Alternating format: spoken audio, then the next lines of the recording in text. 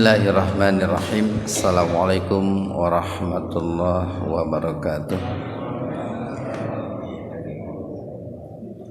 Alhamdulillahi rabbil alamin, alladzi bi'izzatihi ya'tazzul mu'minun wa bi'inayatihi wa taufiqihi yahtadid dalun.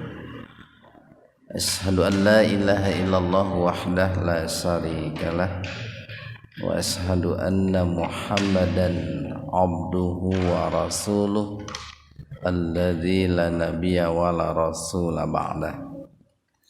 Hadirin ikhwatu iman, jemaah Majlis Tafsir Illiyin yang mudah-mudahan senantiasa diberikan hidayah dan taufik oleh Allah Subhanahu wa taala. Jika dalam ayat sebelumnya telah kita sampaikan bahwa ketika kita mentaati Rasulullah sallallahu alaihi wasallam, tentu itu harus berdasarkan syariat Allah. Dan ketika mentaati Allah pun harus mengikuti Rasulullah sallallahu alaihi wasallam. Karena ketaatan kepada Rasulullah tanpa mengikuti syariat Allah, itu ketaatannya itu tidak akan tepat gitu. Ketaatannya itu bisa saja berlebihan atau bisa saja sangat kurang gitu kalau tanpa mengikuti syariat Allah. Syariat itu secara sederhana jalan lah Pak, jalan. Jadi taat kepada Rasul harus mengikuti jalan Allah. Jalan Allah itu sudah Allah cantumkan dalam Al-Quran. Dan ketika mentaati Allah pun harus mengikuti syariat Allah yang dibawa oleh Rasulullah, baik yang ada dalam Al-Quran ataupun di dalam hadisnya. Nah, maka bagi orang-orang yang taat kepada Allah dan juga taat kepada Rasul dengan mengikuti syariat Allah dan juga syariat Rasulullah, dengan izin Allah dan izin Rasulullah, Allah sampaikan berbagai macam kenikmatan-kenikmatan yang kita kemarin bahas tuh dalam ayat 66 dan 67 itu. Cukup banyak ya kenikmatan-kenikmatan yang Allah janjikan itu. Allah akan berikan kebaikan-kebaikan ya. Allah akan berikan uzroh yang sangat besar, dan Allah akan berikan hidayah. Allah berikan taufik untuk bisa berjalan di atas siratal mustaqim. Nah, siratal mustaqim itu adalah syariat Allah dan syariat Rasulullah sallallahu alaihi wasallam. Siratal mustaqim itu Islam yang bersumber dari Al-Quran dan As-Sunnah. Nah, maka di ayat 69 ini Allah Subhanahu wa ta'ala berfirman, dan ini kabar gembira bagi orang-orang yang mentaati Allah dan mentaati Rasulullah tanpa tapi ya, dan tanpa nanti gitu. Jadi ketika taat kepada Allah dan Rasulullah itu tong banyak alasan gitu, dan tong banyak keheula gitu, tapi harus tanpa tapi dan tanpa nanti. Waman, dan barang siapa yuti'i, mentaati Allah kepada Allah, war rasulah, dan juga kepada Rasul sallallahu alaihi wasallam. Tempo hari pernah kita sampaikan kalau ketaatan kepada ulil amri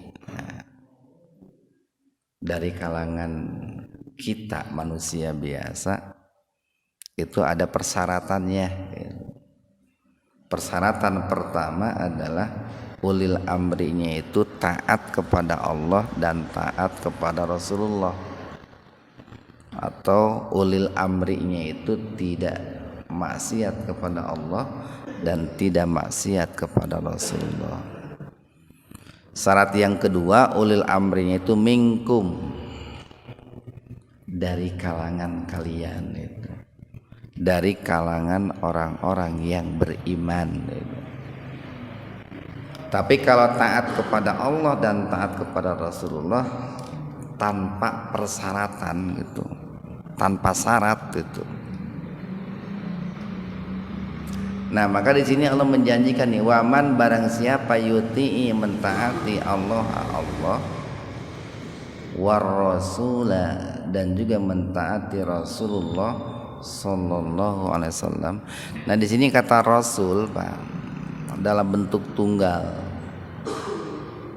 dalam bentuk mufrad dan diawali dengan alif lam. Nah, alif lamnya itu alif lam ma'rifah, itu alif lam yang menunjukkan bahwa Rasul yang dimaksud itu sudah diketahui, ya, sudah ma'ruf, yaitu Rasulullah Muhammad sallallahu alaihi wasallam. Faulaika, maka bagi mereka itu, atau maka mereka itu, ma'alladzina, ma'a akan bersama, alladzina orang-orang yang an'ama diberikan nikmat Allahu oleh Allah alaihim kepada mereka. Nah, ini erat kaitannya dengan surat Al-Fatihah gitu ya. Di siratal ladzina an'amta alaihim. Kita sering mohon berdoa kepada Allah minimal 17 kali dalam sehari semalam ketika sholat fardu, yaitu memohon agar kita itu diberikan petunjuk oleh Allah, bisa berjalan di atas jalan orang-orang yang diberikan nikmat oleh Allah, siratal ladzina an'amta alaihim. Nah, siapa orang-orang yang diberikan nikmat oleh Allah itu? Pertama adalah minan nabiyyin. Nah, ini Pak, min dari an-nabiyyin, kalangan para nabi. Dan ini merupakan nikmat yang sangat besar, Pak. Nikmat yang sangat besar. Jadi ketika nanti nih di yaumul akhir, sebagai buah dari taatnya kepada Allah dan taatnya kepada Rasulullah, maka kita itu akan dikumpulkan ma'a. Nah, ma'a itu kan disebutnya itu satu harfu jar, dua sebagai harfu ma'iyah gitu. Jadi bersama-sama, Pak, bersama-sama akan bersama-sama dikumpulkan dengan kalangan para nabi itu, Pak. Ini kan sebuah kenikmatan yang sangat besar. Sekalipun hari ini barangkali kita belum pernah bertemu, jangankan dengan fisiknya atau dengan raganya ketika masih hidup, untuk melihat kuburannya saja barangkali kita belum pernah melihat kuburan Rasulullah sallallahu alaihi wasallam. Tapi kalau seandainya kita itu dalam hidup ini taat kepada Allah dan taat kepada Rasul, tang loba alasan, tong loba neko-neko gitu. Itu janji Allah itu akan dikumpulkan bersama para nabi termasuk Rasulullah sallallahu alaihi wasallam. Seperti halnya orang yang bermaksiat kepada Allah dan bermaksiat kepada Rasul akan dikumpulkan juga dengan orang-orang yang bermaksiat kepada Allah dan Rasul di kelak di yaumul akhir itu. Jadi orang yang maksiat kepada Allah dan Rasul ya otomatis ketemu dengan Fir'aun di yaumul akhir itu. Sekalipun di dunia tidak kenal dan tidak pernah ketemu dengan Fir'aun gitu. Nah, ini kan sesuatu yang harus kita usahakan nih Pak. Sesuatu yang harus kita ketahui, kita sadari, lalu kita upayakan dengan maksimal. Karena kalau dikumpulkan dengan para nabi itu sangat nikmat Pak. Kenikmatan ini melebihi kenikmatan Allah menurunkan hujan, Allah menurunkan rizki. Ini rizki yang sangat besar dikumpulkan bersama para nabi itu. Sebagai sebuah ilustrasi begini Pak nih, nikmatnya hidup bersama para nabi itu. Dulu di Arab Saudi ya, di Mekah Madinah itu kan dikatakan dalam surat Quraisy itu rihlatas syita'i was-shaif. Nah mereka orang-orang yang melakukan perjalanan baik di musim dingin atau musim panas itu beda-beda. Ada yang dalam rangka berniaga, ada gitu, berdagang lah. Tetapi tidak sedikit juga, karena waktu itu adalah orangnya masih jahiliyah gitu Pak, masih jahiliyah. Mereka yang namanya mengambil hak orang lain itu sudah biasa gitu Pak. Jadi ketika melihat di jalan itu ada buah-buahan yang matang, yang masak, kalau mereka mau, mereka asal ngambil saja. Ketika lewat lalu kemudian ada rumah yang di dalamnya ada barang-barang berharga, kalau mereka mau tinggal merampok, tinggal merampas saja. Tapi coba lihat ketika Rasulullah SAW diutus di tengah-tengah mereka, dan Rasulullah memberikan jaminan itu Pak, memberikan jaminan bahwa siapa yang berjalan di malam hari sendirian dari Mekah ke Madinah aman katanya. Aman itu Pak. Di malam hari sendirian Mekah Madinah 600 km aman. Itu kan merubah mental gitu Pak ya.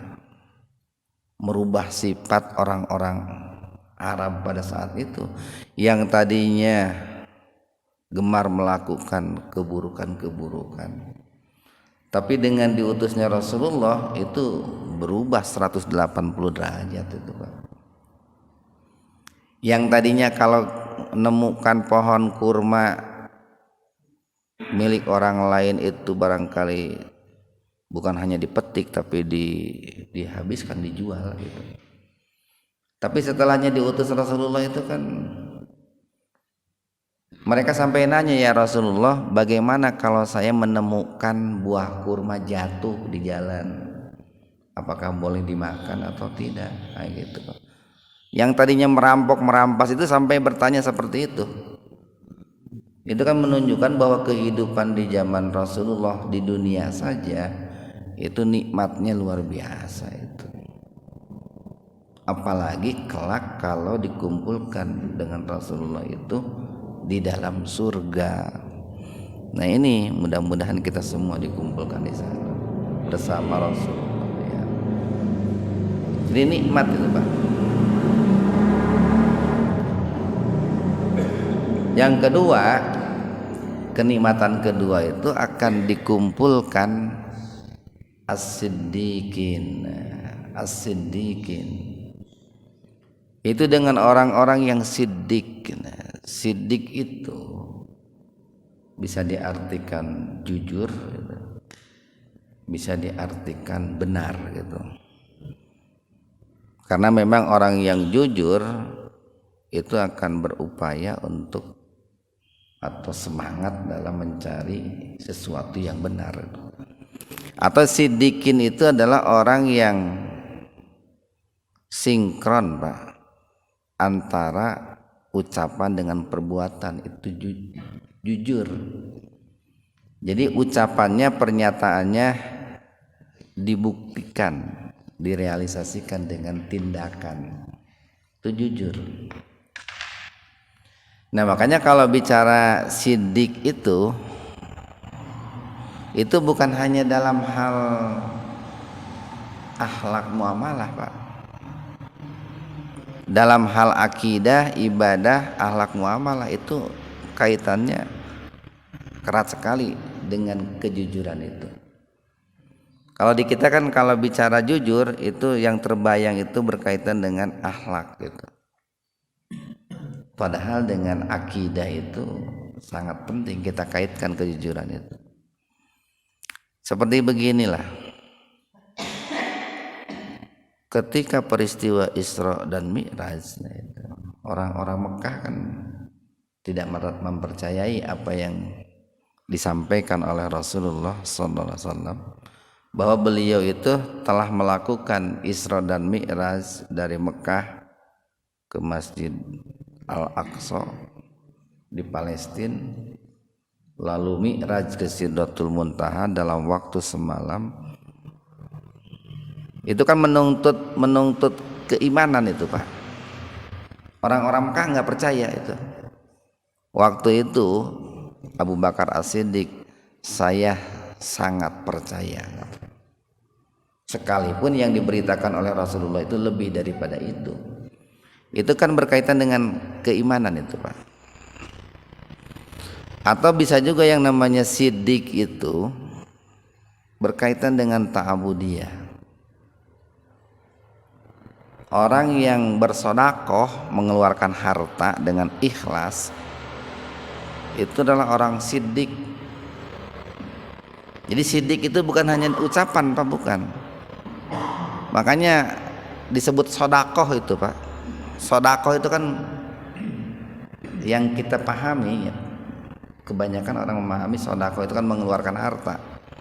Sedekah itu kata dasarnya sama dengan siddiq, itu sodalqob, jujur, benar. Makanya orang yang bersedekah itu adalah orang yang jujur dengan keimanannya itu. Keimanan seseorang itu jujur atau tidak itu dibuktikan dengan sedekah gitu. Makanya orang munafik kenapa tidak mau sedekah? Karena keimanannya palsu itu Pak. Palsu. Salat itu bukti kejujuran keislaman seseorang. Sama puasa, haji, yang lainnya pun itu untuk membuktikan kejujuran akan keislamannya, keimanannya. Jadi seseorang mengatakan saya muslim, saya mukmin, untuk mengecek sejauh mana pernyataannya itu, sejauh mana kejujuran, kebenaran pernyataannya, maka ada yang namanya ibadah-ibadah itu. Nah, bisa juga nanti yang namanya siddiq itu berkaitan dengan akhlak. Ya seperti kita ketika berkata jujur itu siddiq. Ketika diamanahi tanggung jawab itu siddiq. Ketika berjanji tidak berkhianat itu siddiq gitu. Ini dalam berbagai urusan siddiq itu. Siddiq. Kemudian yang ketiga nih, kita akan dikumpulkan atau orang-orang yang taat kepada Allah dan Rasulnya itu akan dikumpulkan dengan syuhada. Orang-orang yang gugur sebagai syuhada. Yang keempat adalah akan dikumpulkan wassolihin, dengan orang-orang yang soleh. Ada yang menafsirkan bahwa orang yang soleh itu adalah orang-orang yang baik, baik itu terkait dengan hablum minallah atau hablum minan nas. Jadi hablum minallahnya baik, hablum minan nasnya baik. Itu orang soleh. Atau orang yang solih itu adalah orang yang ketika beramal itu ikhlas karena Allah dan cerdas mengikuti sunnah Rasulullah SAW. Nah ini ayat ini turun asbabun nuzul ayat ini seperti yang disampaikan oleh Ibunda Aisyah. Ada seorang sahabat gitu ya. Ada seorang sahabat. Sebagian ahli hadis mengatakan bahwa sahabat yang dimaksud itu adalah Sauban. Itu datang menemui Rasulullah sallallahu alaihi wasallam. Ya Rasulullah, ketika kami ini sedang berada di rumah, lalu kami ingat engkau, kami itu sangat rindu gitu, dan ingin segera bertemu denganmu ya Rasulullah gitu.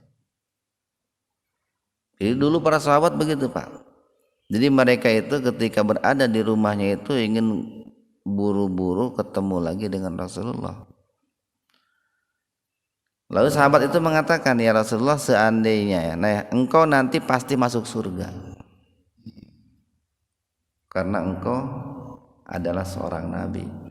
Nah, seandainya kami masuk surga pun tentu kami tidak akan pernah bertemu denganmu, karena surga kami berbeda dengan surgamu ya Rasulullah.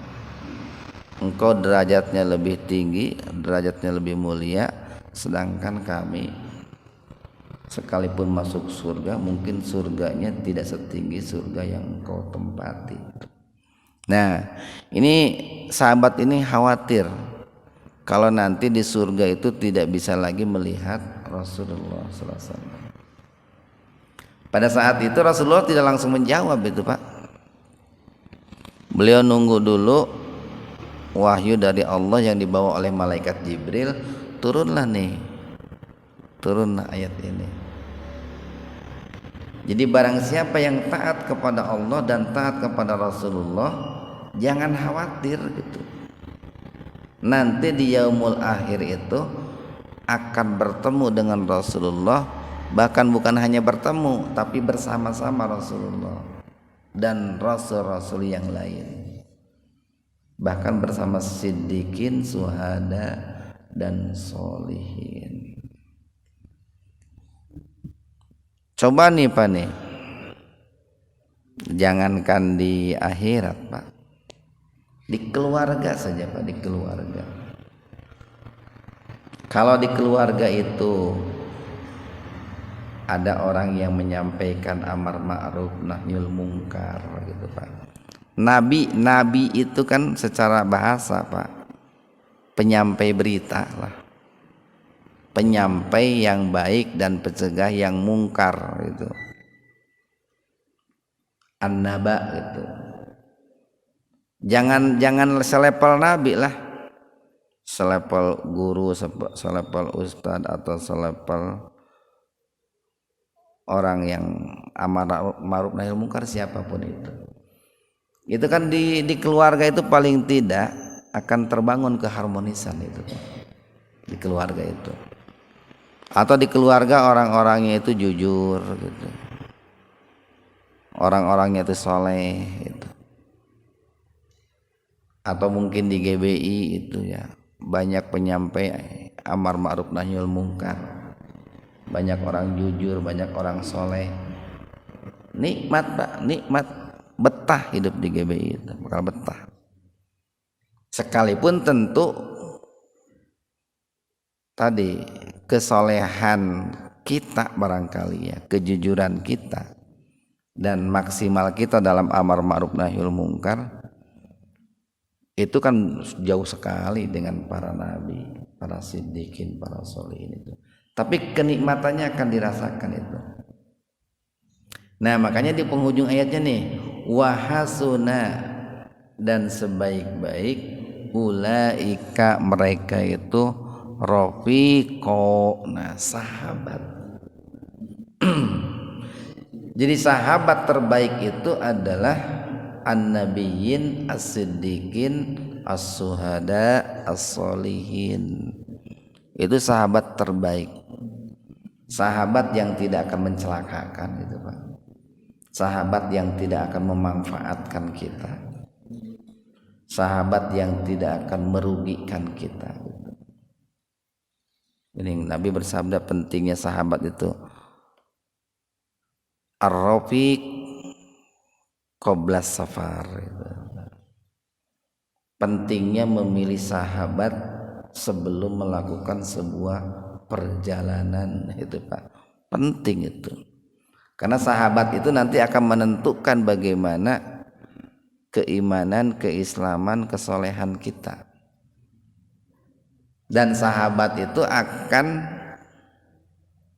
menjadikan kita berkumpul dengan siapa kelak di yaumul akhir. Makanya Nabi kan bersabda begini, al-mar'u ma'aman ahabba itu. Al-mar'u ini pendek nih. Al-mar'u ma'aman ahabba. Seseorang kelak di yaumul akhir itu akan dikumpulkan bersama-sama dengan orang-orang yang mereka cintai di dunia. Jadi lamun Bapak mencintai Fir'aun gitu, nya dikumpulkan jeung Fir'aun Pak. Sonajan embung jeung Fir'aun teh gitu. Kalau mereka senangnya dengan orang yang tipenya seperti Abu Jahal, Abu Lahab, ya dikumpulkan dengan Abu Jahal, Abu Lahab di sana. Kalau kita senangnya di dunia itu berkumpul dengan orang yang tipenya seperti para nabi, para rasul, nanti di yaumul akhir pun dikumpulkan bersama mereka. Makanya dalam Islam itu yang namanya mencari teman itu bukan hal biasa itu Pak. Bukan. Mencari teman, mencari istri itu Pak. Mencari pemimpin itu bukan persoalan remeh itu. Persoalan besar. Makanya tadi ar-rafiq qabla safar, yang namanya safar itu bukan hanya jalan kaki, bukan Pak. Jadi ada safar dalam arti lahir, ada safar dalam arti maknawi. Kalau safar dalam arti lahir, kita pergi dari Bandung ke Jakarta, nah itu safar lahir tuh Pak. Kalau safar maknawi begini nih, kita membangun rumah tangga itu kan melakukan perjalanan Pak. Perjalanan rumah tangga itu. Kita memilih pemimpin itu melakukan perjalanan. Perjalanan berkehidupan, berbangsa, bernegara. Nah itu harus hati-hati. Ar-rafiq qabla safar. Ayeuna kan lamun kawin asal kawin Pak, teu dipilih heula pamajikanana. Setelah menikah teh rungsing, pusing Pak. Nu akhirna mung balik ka imah. Nah apa geuning meuni betah-betah teh di masjid sieun ku pamajikan. Aduh. Rajin betah di masjid sieun ku pamajikan itu. Jadi penting yang namanya sahabat itu. Nah, di samping itu yang namanya sahabat itu akan menentukan kelak kita berkumpul dengan siapa di yaumul akhir itu. Kayak begini atulah Pak. Kalau seandainya nih hayam ya Pak Hayam melakukan perjalanan pagi-pagi ini cari nafkah gitu ya, babarengan we jeung musang gitu Pak, bareng jeung musang Pak atau serigala. Mungkin ketika di tengah-tengah perjalanan dapat makanan si musang yang serigala, hese-hese ting yang ngandahareun ye gigireun lo bahaya gitu. Kan gitu Pak. Teu jauh beda lah dengan kita manusia. Makanya tidak sedikit seorang istri, seorang suami yang memakan pasangannya, yang memanfaatkan pasangannya. Karena barangkali tadi salah di dalam memilih rafiq gitu. Tidak sedikit pemimpin penguasa yang memakan rakyatnya karena kita salah memilih pemimpin. Makanya diingat-ingat tuh sabda Nabi itu, ar-rafiq qabla safar. Sahabat dulu sebelum melakukan sebuah perjalanan, mau itu perjalanan dalam arti lahir seperti pergi ke suatu tempat, atau perjalanan dalam arti perjalanan rumah tangga, perjalanan berbisnis. Itu kita membangun bisnis itu Pak, dengan teman-teman, dengan sahabat, itu membangun perjalanan bisnis, atau perjalanan sekantor, sejawat, atau perjalanan berbangsa, bernegara. Itu luas sekali mana perjalanan itu. Jadi tadi para nabi, para siddiqin, syuhada dan sholihin itu adalah sebaik-baik rafiq. Nah, kalau diterapkan dalam konteks kita hari ini Pak nih, diterapkan dalam konteks kita hari ini, maka carilah sahabat itu yang nabiyin dalam konteks kita hari ini bukan seorang nabi, tapi sahabat yang senantiasa amar ma'ruf nahyul munkar gitu. Nabi itu kan fungsinya untuk menyampaikan amar ma'ruf nahyul munkar. Jadi sahabat yang ketika kita malas mengingatkan kita gitu Pak, ketika kita berbuat dosa menasehati kita, ketika kita terpuruk menyemangati kita, itu sahabat seperti itu. Sahabat-sahabat yang jujur dalam akidahnya, ibadahnya, akhlaknya. Sahabat-sahabat yang soleh ya, baik hablum minallahnya ataupun hablum minannasnya. Satu ayat lagi nih. Dalika, yang demikian itu. Apa yang demikian di sini? Yaitu ketika seseorang dikumpulkan atau diberikan nikmat oleh Allah, dikumpulkan dengan para nabi, siddiqin, syuhada, sholihin sebagai buah dari ketaatan kepada Allah dan Rasul, maka yang demikian itu al-fadlu. Dzalikal fadlu. Itu yang disebut fadilah, itu begini Pak, kemuliaan yang sangat istimewa, keutamaan yang sangat tinggi. Ya seperti tadi itu, kita bisa berkumpul bersama-sama dengan nabiyin, siddiqin, syuhada, sholihin. Dzalikal fadlu minallah, yang demikian itu karunia yang sangat istimewa dari Allah Subhanahu wa taala. Wa kafa, dan cukuplah billahi Allah alima, yang sangat mengetahui. Makanya disinilah pentingnya Pak, pentingnya di dalam hidup ini, dalam berbagai urusan tentunya Pak ya, dari urusan yang terkecil sampai urusan yang terbesar, dari urusan A sampai Z, dari mulai urusan duniawiyah terutama ta'abudiyah, dari urusan mengatur rumah sampai mengatur negara, itu harus mentaati Allah dan mentaati Rasulullah sallallahu alaihi wasallam. Mudah-mudahan yang singkat ini ada manfaatnya untuk kita semua. Subhanakallahumma bihamdika asyhadu an la ilaha illa anta astaghfiruka wa atubu ilaik. Assalamualaikum warahmatullahi wabarakatuh.